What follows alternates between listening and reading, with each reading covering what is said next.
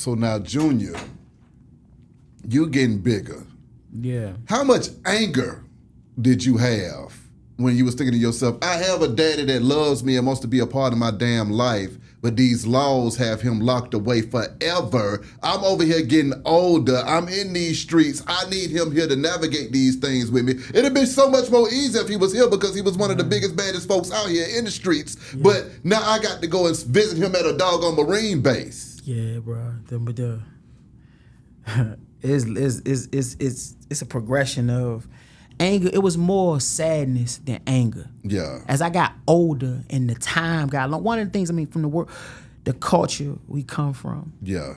The idea of it, though he hadn't been to prison prior to, we come from a world where people go to prison. Mm-hmm.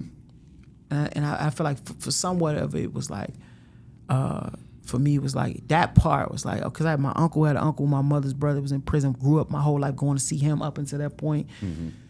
It's like, but he gonna come back one day. When it started to feel like he wasn't gonna come back, and then when I got a little older and understood that he wasn't coming back, that's when it's turned into like anger. Like, why would they take him away for forever? Like, I understand, because initially I did not understand what life without parole meant. Yeah. We ain't nobody else had ever gotten life without parole. Yeah. Right? So it took me, but as I grew up, then sort of I became, angry about that. Not to mention my mother dealing with her mental health issues and going back and forth to the mental health facility, and my friends dying now. You feel what I'm saying? We beefing like in my neighborhood. Like, so now it's like it's something to be angry about all the way around the board. You know what I'm saying? But then having him on that phone, and when I did go to visit, and encouraging me, giving me the tools to navigate some of the toughest terrain, having a grandmother and family members that poured into me, and for real, a community that poured into me, that gave me the strength to really. And I know one thing about it, at the end of the day, he never made his lifestyle, his decision, none of that. He never made none of that shit sound like it was cool. And the biggest thing that he never did was made jail seem like it was all right. Every time I talked to him on that phone, which was really, when they wasn't locked down or something, was daily, right? Yeah. It was daily. This shit sucks, man. You don't want to. He never made like, you might. And I used to, for real, like, it's important to say this, because I'm talking to my uncles, my cousins, my homies that's in jail. Yeah. I be talking to them. Hey, what's up? Oh, what's up, Slug? Slug, man. That's my nickname. Everybody call me. Yeah. Slug, what's up, man? I'm cool. I'm chilling, man. We got a little basketball tournament. Oh, I just bust these niggas' ass in dominoes. Like, they making jail scene. Like, you know what I'm saying? Yeah. When I'm talking to him, it's like, man, this shit, man, this shit saying, I hate this shit, da-da-da. Yeah. So it is just always, but keep going to school. Watch who you be around, Slug. Don't, So I really took heed of it, but only the application of that, though, was incredibly difficult. Yeah. Right, where we come from, and I'm not saying that, that's where a lot of people come from. Yeah. I ain't saying like we the only people come from a rough neighborhood. Yeah. But I'm just, when I be talking, I be wanting people to really understand, though, this, where we come from is a place where, some people come from places where you gotta choose you gotta go find trouble, or you gotta choose to get into trouble. We come from a place where you gotta like purposely choose not to get in trouble. Thanks. Trouble everywhere. Yeah. Daily, right? Yeah. And so that was the tough part for me. That's what I had to figure out. And really, I had to figure out something that nobody else had ever had. And I don't say that to pat myself on my back, but the men from where we come, even the women, nobody has done what I did. There's no blueprint for what I did eventually. Come on. You know what I mean? But I'm happy that every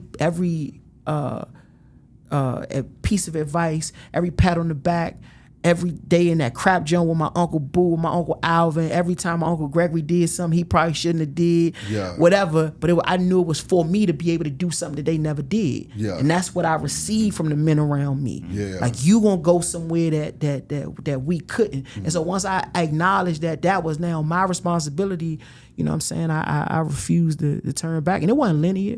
I almost went to jail 1,000,000 times. How could I not? Even when I was trying not to be in the mix, my option to be in a safer place was also in the mix. It's just how it was when we got. Damn. It's real. I ain't, it's how it was. But, Exactly. But the work, I eventually found myself doing violence interruption work, peer-to-peer work, and the work saved my life. How did you save your dad's life, though? Man. That's the life right there. Man, how about that was the life. And Dad, how did you feel when that little boy grew up to save your damn life? Man, oh man, it's just the pride, is the sense of the pride that I have for my son, man, and just the amazement that I saw and see in him and the things that he's done and what he do. Yeah. And how it's never like, in his mind, it's never like, this can't be done. Yeah. Or this is impossible. Yeah. It's never nothing impossible to him. Yeah. You know, and I always respected that. And a lot of times he used to come to me with different plans and stuff, but not sometimes concerning me, but just some other things out that he had for the community or that he wanted to do. And I was like, out in my mind, I'd be like, son, how the fuck you gonna do that? You can't do that. I would never tell him that, though. Exactly. But in my mind, I'm thinking, and I'm just sitting there listening. We on the visit, and I'm just listening. Like, and I'll be like, this motherfucking boy is And every time and every fucking thing that he told me and said, he made this shit happen. Come on, man. And just like he told me, Dad, I'm gonna get you out of jail one day. I don't know when, but I'm gonna get you the fuck out of jail. And I'm gonna get you out. So I'm coming to get you. But the service, the work, right? Yeah. Work to my community, whether it was, interrupting violence, whether it was helping men and women returning from incarceration, feeding the homes or feeding the food insecure, providing clothing, school supplies, turkeys, toys, all the things I've done on my 23-year career really is what allowed me to, because in the midst, and I never made our struggle, in the midst of fighting for his freedom, I'm still doing all the things I just described and more, impacting policy and legislation and all these things. But at the end of the day, the thing for me was to get my father out. Yeah. And I think through all of it, the culmination of those things, and not just that though, he is probably one of the most respected men to ever come out of our town, or one of the respected men in the underworld across the country, right? Yeah. People have respect for him and regard. He could have been in prison acting a monkey, doing whatever, you know what I'm saying? Going, you know what I'm saying? He could have been in there doing whatever. That's that mental shit. Right? It's right there to be done. And every day you're angry.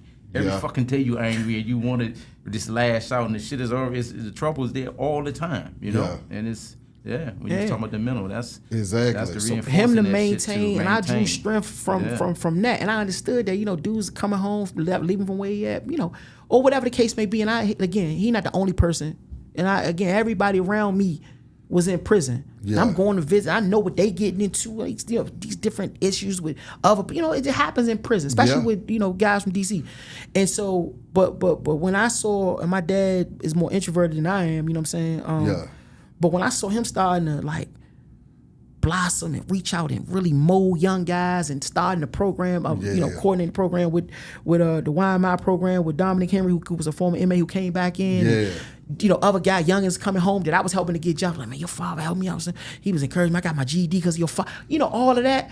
Then it was like that also helped. Yeah. So now when we're going to push for his freedom, and again, the service also, connected me. The work I was doing in my platform in DC connected me to people like Wale, and then people like Pusha T. And Pusha T is the person who introduced us, connected us with our attorney, Brittany Barnett. You know what I'm saying? Our modern day Harriet Tubman. If you don't know, come on now. She is special. She is a special being, man. Yes, man. On everything I love, bro. She is a special she saved my life. person. She saved my life. Has saved a lot of other brothers. She specializes in getting people that have life without parole sentences back to their families, bro.